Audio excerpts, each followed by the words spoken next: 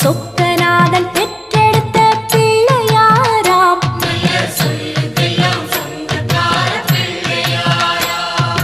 கைலாய மலைய விட்டு தெற்கே வந்தாராம். இந்த பிள்ளையாறு பட்டி கண்டு இருந்து விட்டாராம்.